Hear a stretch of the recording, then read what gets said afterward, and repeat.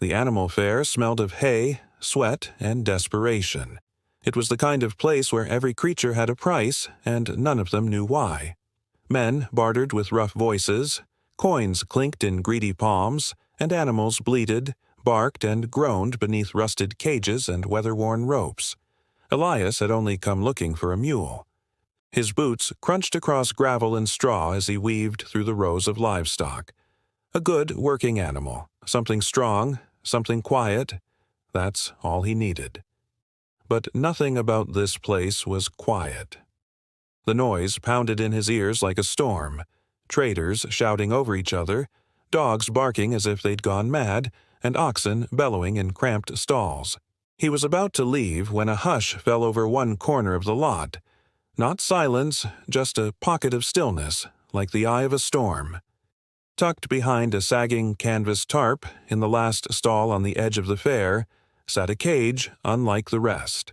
Rusted iron bars, chains across the bottom, straw that hadn't been changed in months, and inside, slumped against the back wall, was an old bear. Its fur was matted with dried mud and blood, scars crisscrossing its massive frame like road maps of suffering. Its breathing was shallow.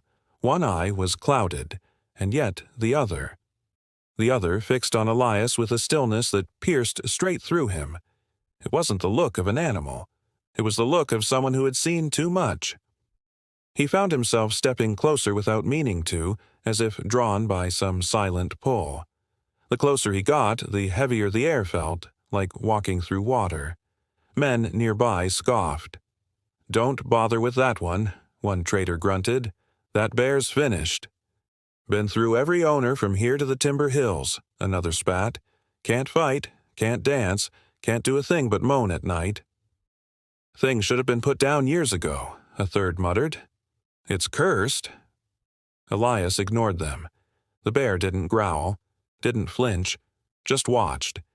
Even as Elias stepped to the cage, knelt, and peered through the bars.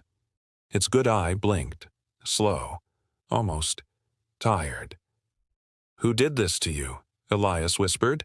A heavy boot crunched behind him. The seller. 50 coins, the man said. "For this?" Elias glanced up, startled. "You expect anyone to pay? You want it or not?" The man shrugged. "It eats too much and gives nothing back. I'll take the loss." Elias stood slowly. He looked at the bear one last time. It hadn't moved, but something inside him, something ancient and wordless, tightened. He reached into his satchel, counted the coins, and handed them over. "You're the fool," the seller muttered. "That bear's seen things it shouldn't have." Elias paused. "What things?" But the man only walked away. The journey home was quiet. The cartwheels clattered over dirt and roots as Elias made his way through the forest trail. The sun dipped low behind the pines, casting shadows that danced like ghosts. The bear, who now lay curled at the back of the wagon, didn't stir, not even once. By the time they reached Elias's farm, stars had begun to peek through the twilight. He led the bear down a ramp and into an old shed beside the barn. It had once housed tools and hay, but tonight it would be a sanctuary. "You'll be safe here," Elias said gently. "No one's going to hurt you again." He expected a growl, a shuffle, something. But the bear only turned its head away. The first few days were hard. The bear, whom Elias named Old Moss after the greenish hue on its fur, wouldn't eat from his hand, wouldn't drink unless Elias left the bucket and backed away. At night, Moss groaned like something broken inside him, not just his bones, but his mind, too. Elias didn't push. He cleaned the wounds as best he could. He cleared out the old shed, stuffed it with straw, and patched the holes in the roof. He talked to Moss while mending fences, while planting, while cooking, as if the bear could understand, as if they weren't two broken creatures pretending to be whole. Sometimes Moss would just watch him, quietly, always with that same unnerving stillness. Then, one morning, something shifted. Elias was dragging a sack of grain toward the barn when he slipped in the mud and fell hard. Pain shot through his back. Before he could move, a shadow loomed. He looked up, heart in his throat, and saw old Moss standing at the edge of the field. The bear stared at him, then walked forward. And with shocking gentleness it gripped the rope in its teeth and dragged the grain sack the rest of the way to the barn. Elias blinked. "Well, I'll be—" After that, the changes came faster.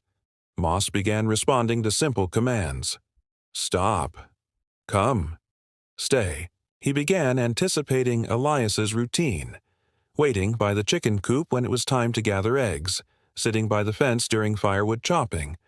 Sometimes Elias swore Moss would nudge him away from dangerous spots.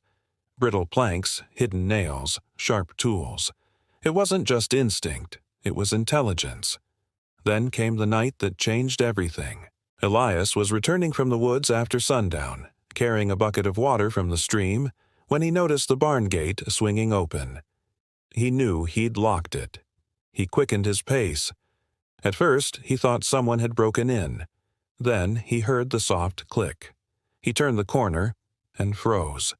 There, beneath the moonlight, stood old Moss. In his mouth was a small brass key. The shed key Elias kept hidden behind a tool rack. The gate swung closed behind him with a deliberate push.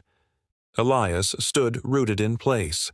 The bear looked up at him, and then, without a sound, it nodded. The barn door creaked softly in the wind, as Elias stood frozen beneath the stars. The image burned into his mind. Old Moss, holding the key, closing the gate, and then nodding. It wasn't a trick of the light. It wasn't imagination. That bear had nodded, understood. Elias didn't sleep that night. He sat at the kitchen table long after the lantern had burned out, hands clasped, jaw tight. His thoughts raced in spirals. What kind of animal does that? Had Moss once been someone's pet? Trained in secret? A circus animal with human-like routines? But no. Elias had seen plenty of circus beasts in his time. Trained, yes, but never like this. Moss didn't just obey. He anticipated. He chose. The bear had waited until Elias was alone, had chosen to reveal the key then. Why?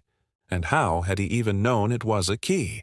The questions gnawed at Elias like teeth in the dark. The next morning brought no clarity. Moss behaved as if nothing had happened. He lumbered across the field, nudged the bucket closer when Elias was feeding the chickens, then settled under the sycamore tree beside the barn, blinking slowly at the rising sun. But Elias couldn't shake the feeling that something invisible was watching him now. Not from the woods, from inside his own farm. 2 days later, a knock came at the gate. It was just past noon, and Elias was mending a fence post when he saw the figure approaching on horseback. The rider was wrapped in a patchwork cloak, the color of rain-soaked pine, and rode a horse that looked as weary as its master. "Ho there," Elias called, wiping his hands. "Need something?" "Water," the traveler rasped, dismounting stiffly. "And a place to rest a while, if it isn't too much to ask." Elias offered a nod. "You're welcome to both." He fetched a dipper and brought water from the well. The traveler drank deeply, sighing as if the chill ran through his bones. "You live alone?" "More or less," Elias replied, but as he turned to lead the man toward the shade, old Moss appeared at the edge of the field, rising to full height and lumbering into view. The traveler froze. His cup clattered to the ground. "That bear," he whispered. "Where did you find it?" Elias narrowed his eyes. "What's it to you?" But the traveler wasn't listening. He took a slow, involuntary step backward. "Is that a scar above its right eye?" he asked. "A jagged mark, shaped like a crescent?" Elias nodded warily. "Yes." The traveler went pale. "By the spirits. It can't be. That's impossible." He looked at Elias, urgency flaring in his voice. "That bear. Have you ever seen it? Do things? Things it shouldn't?" Elias said nothing. "I've heard of it," the traveler continued, lowering his voice. "Years ago, deep in the northern woods, there was talk of a creature unlike any other. A guardian of some kind, older than cities, older than men. They said it watched over an ancient glade, that it was no ordinary beast, but something touched by the forest itself. Elias folded his arms. "You're talking legends." "Maybe," the traveler said. "But some poachers tried to capture it once. They bragged about it at a camp near Red Hollow, said they found it sleeping under a stone tree and chained it with silver hooks. That it didn't fight, just stared at them like it knew what was coming." "What happened to them?" The traveler's gaze darkened. "They vanished, everyone. Their camp burned. Only ashes were left, and tracks, one set human, one, enormous, leading south." He looked toward Moss, now calmly licking his paw in the distance. "You should look at the bear's scars, farmer," he said, voice low. "Really look. I don't think they're wounds. I think they're symbols." That night, Elias lit a lantern and walked slowly toward the shed. Old Moss was curled in the straw, eyes half-lidded. The moment Elias stepped inside, the bear looked up, not startled, not aggressive, just calm, waiting. "I need to see," Elias murmured. He crouched, heart pounding, and gently reached forward. The bear didn't move. With careful hands, Elias brushed aside matted fur along the shoulders, then the chest. Along the back, the deep marks ran like etched scars, grooves that had once looked like lashes or old wounds. But now, Elias saw the pattern. They weren't random. Each line curled and branched, like vines, intersecting circles, small arrows, and curling points. They weren't letters, but they meant something. Runes. He looked at Moss, who held his gaze, breathing slow and heavy. "You've been marked," Elias whispered. "But not by chains, by something else." As if in answer, old Moss rose, slowly, deliberately, and padded toward the shed door. He looked back once, then waited. He wanted Elias to follow. The woods behind the farm had always been thick with trees and undergrowth, but Moss led a path Elias had never noticed before. Narrow, hidden behind twisted thorns and fallen branches. They moved deeper than Elias had ever dared to go, the cold creeping in around them. The trees grew closer. The ground softened underfoot. And then, without warning, the forest opened. A clearing, circular, ringed by trees so old their trunks were gnarled like ancient fists. The air shimmered faintly as though it held its breath. In the center of the glade, half buried under ivy and moss, lay a wide, flat stone. Rocks had been piled on top like a forgotten altar. Old Moss moved to the edge, then slowly began pawing the rocks aside. Elias watched in stunned silence as the last stones were pushed away, revealing a basin, shallow, sealed by a single slab, etched with markings that matched the bear's scars. The runes gleamed faintly under the moonlight. Elias stepped forward, trembling, and laid his hand on the stone. The moment his skin touched it, the symbols flared. A soft blue glow pulsed beneath his palm. The air changed. The wind stopped. A long, sorrowful growl rose from Moss's chest, deep, mournful, ancient. And then the forest began to move.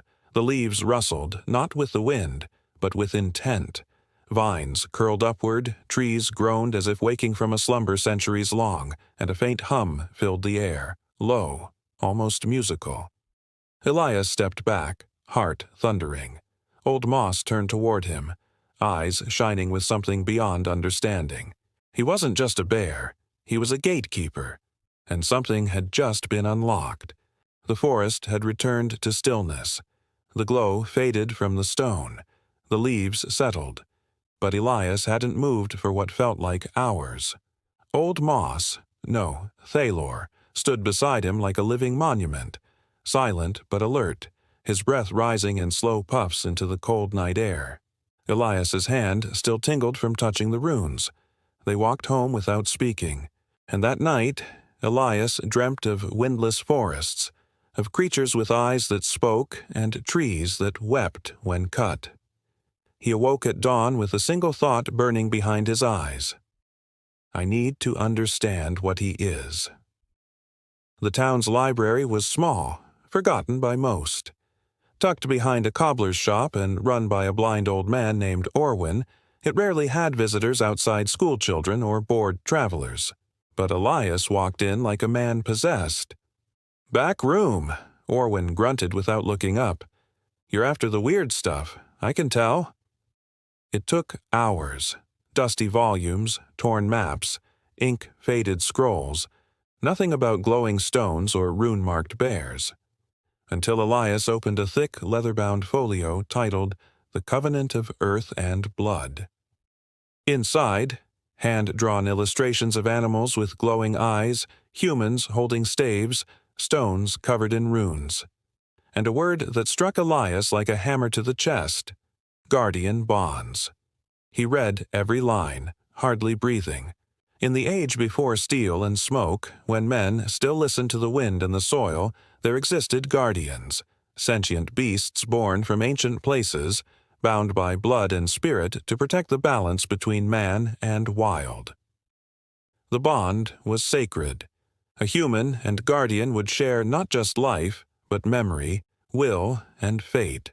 But when greed spread like plague, many sought to control what could never be owned. Guardians were hunted, tortured, sealed, their minds broken, their hearts twisted. The glades where the bonds were formed became burial grounds, forgotten, cursed. Elias's fingers trembled on the page. The illustrations matched everything: the stone basin, the rune patterns, even the symbols on old moss's fur. This was no legend. This was truth. He returned to the glade that night, heart hammering. Old Moss was already there, waiting. As Elias stepped into the clearing, a strange warmth filled the air, and he realized something. The bond was growing stronger. Elias knelt by the basin. "Your name was Thalor, wasn't it?" The bear turned to him, slowly, solemnly, and lowered his head. "Yes," Elias whispered, "you were a guardian." The runes etched into the basin began to glow faintly, reacting to his voice. He remembered the book's warning. The seals placed upon captured guardians were designed to suppress thought, memory, even spirit.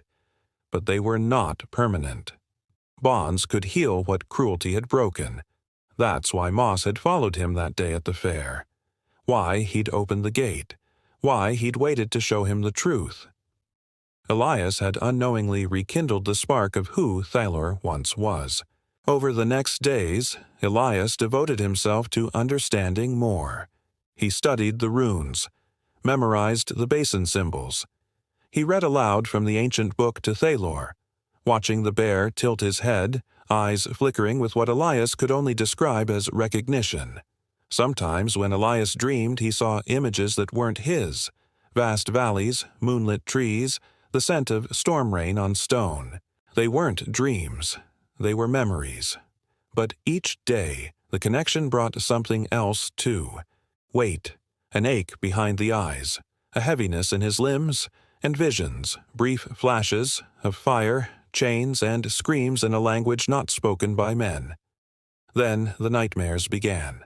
Dark forests, blood on snow, figures in cloaks. A great tree burning in silence as something ancient screamed. Elias awoke drenched in sweat. That morning, a stranger came to the edge of the farm. He didn't speak, just stood for a moment, face hidden beneath a wide hood. Then he tossed something over the fence, a rusted pendant marked with the same rune as Thalor's chest, and walked away without a word. Elias picked it up with trembling hands. There was no mistaking it. The pendant came from the same order that had marked Thalor. That night, Elias found a hidden page in the book, one pressed tightly between two others, easily overlooked. The ink was darker, fresher, like it had been added years after the original text.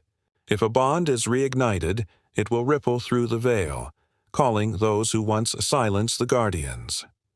The Order of the Sundering sees the Guardians not as protectors, but as threats to dominion.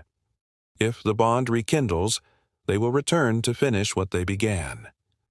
Elias stared at the words. He'd triggered it. By touching the seal, by speaking the name, by remembering. He'd called them back. It happened on the 5th night. He returned late from the woods, breathless with revelation after discovering another rune-carved stone near the edge of the glade. The stars were just beginning to show when he crested the hill that led to the farm. And then he saw it. Smoke. Thick, curling black tendrils against the orange sky. A scream caught in his throat as he dropped his lantern and ran. The barn was gone, burned to the ground. The chickens were dead. The goat pens smashed, the well shattered, and near the old sycamore, Elias found Thalor, bloodied, breathing hard, his fur matted with ash and red. No, no, no! Elias fell to his knees, cradling the bear's massive head, whispering nonsense, hands shaking as he tried to find the source of the wounds. Claw marks, blade cuts, smoke inhalation. Thalor had fought, but not well enough. But he was alive, just barely. Elias looked around and froze. On the fence, scrawled in thick, congealed blood, were words that made his spine go cold. "We warned you. End it, or we will." The air reeked of smoke and blood. Elias stood over Thalor's motionless form, the message on the fence still fresh in his mind. "We warned you. End it, or we will." But he couldn't end it. He wouldn't. He pressed his hands against Thalor's wound. The great bear's eyes flickered open, dull with pain but still present, still aware. Elias whispered, "Hold on, old friend. We're not done yet." He grabbed what supplies he could, herbs, bandages, the old book, and hitched up the cart. With trembling arms he rolled Thalor onto the bed of hay, covering him with cloth and sacks. Then, without looking back at the smoldering ruin of his farm, Elias whipped the reins. They vanished into the trees before sunrise. By nightfall they reached the ancient glade. The stone basin still stood where it had always been, unchanged, waiting. The surrounding trees, tall and silent, felt like sentinels. The air shimmered with a quiet energy, as if the forest already knew why Elias had returned. He knelt by Thalor, who barely stirred. His breath came shallow now. Blood oozed slowly between the cloth bindings. Elias pulled the ancient book from his pack, flipping to the invocation, the words he'd been too afraid to speak before. But now, there was no fear, only clarity. He'd seen what men did to beauty they didn't understand. He wouldn't let them win again. The final invocation was written in a mix of runes and broken phrases, a language that felt older than time. Elias didn't know the pronunciation, but as he spoke, the forest listened.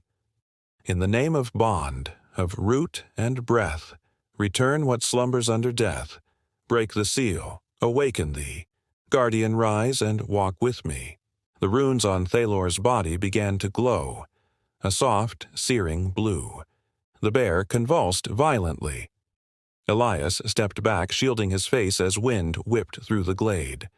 Leaves spun like blades in a cyclone. The ground trembled beneath his feet. Thalor roared, a sound that was pain and power all at once. Then, silence. Total silence. The glow faded. The wind died, and from the broken bear's body, something stood, taller than any beast Elias had ever seen. Not just a bear, but something more. Muscles sculpted by time and magic, fur woven with living moss and bark, antlers arching subtly behind the head like branches. His eyes, no longer dull or animal, blazed with brilliant sapphire fire. When he spoke, the voice rolled like thunder over mountains. "You have freed me." Elias stared, breathless as Thalor stepped forward. No longer limping, no longer broken. The Guardian had returned. "Do you remember me?" Elias asked, voice barely above a whisper. Thalor looked down with piercing eyes and bowed. "You gave me your kindness when none remained. Your voice called me home." Tears stung Elias's eyes. He didn't wipe them away. They didn't have long. The order came before morning. Dark hoods, steel-tipped spears, runes branded on their armor, each etched to nullify the power of guardians. They entered the forest without fear, but they should have been afraid. The moment their boots crossed into the glade, the wind howled, and Thalor rose to meet them. Elias stood beside him, holding nothing but a staff, shaking but resolute. The leader of the order, an older man with cold eyes, stepped forward. "Step aside, farmer. This isn't your fight." But Elias didn't move. Thalor stepped between them, raising one paw. The forest answered. Roots exploded from the ground, curling around the intruder's legs. Trees twisted unnaturally, trunks bending to block escape.